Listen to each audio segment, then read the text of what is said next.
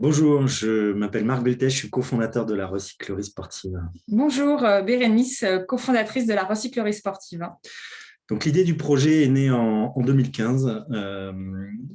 J'ai eu la chance de travailler dans le monde du sport pendant 10 ans et j'ai créé une association qui s'appelle Séjours sportifs solidaires.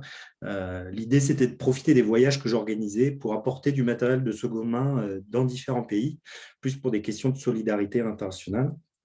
Et en 2015, je dis souvent que j'ai eu la chance de perdre mon emploi et de rencontrer Bérénice.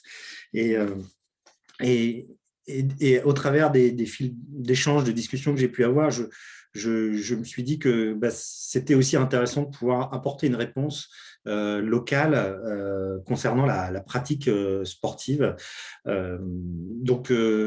Pour moi, l'idée, en tout cas, c'était de pouvoir agir aussi à proximité sur notre territoire. Pour ma part, moi, j'ai travaillé pendant 10 ans dans le milieu du déchet, donc c'était vraiment par choix, ce n'était pas quelque chose qui était subi. Ce qui m'a rapidement marqué, en fait, c'était de voir les quantités de déchets qui pouvaient être brassés, générés, et le mode de gestion qui était appliqué, donc avec des unités de traitement conséquentes, type incinération, centre d'enfouissement notamment, et que finalement, il y avait peu d'alternatives qui existaient pour arriver à faire sortir les objets qui pouvaient être encore réutilisés de ce circuit. Et par ailleurs, dans mon quotidien, j'étais aussi amenée à croiser des gens qui étaient en grande précarité. Et voilà, il y avait quelque chose à faire.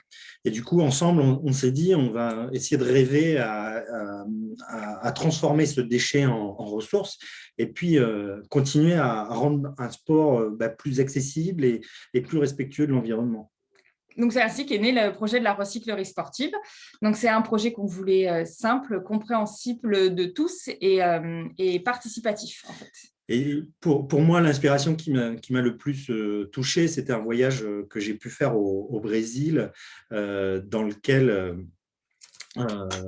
j'ai pu aller dans une communauté à Santa Cruz, dans une favela, et on a partagé des moments de joie et de sport dans un amas de détritus.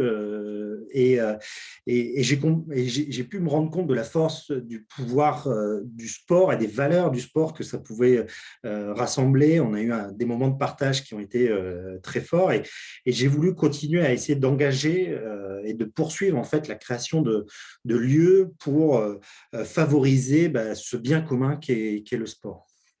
Mon inspiration à moi, quotidienne à travers les rencontres et les échanges que je peux avoir. Mais peut-être le déclenchement est venu en 2013. C'est une lecture que j'ai pu faire. C'est un livre de Marie-Monique Robin, donc Le Monde de Solomon Monsanto, qui a beaucoup fait parler de lui.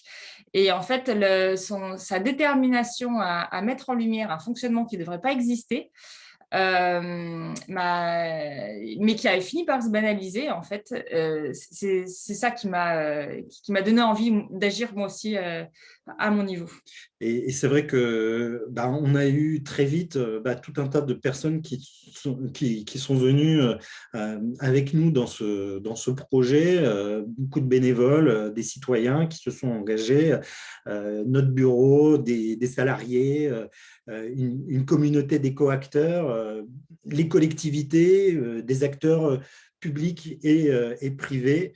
Et l'idée, c'était de pouvoir engager toute cette filière sport à s'engager dans cette transition écologique et solidaire.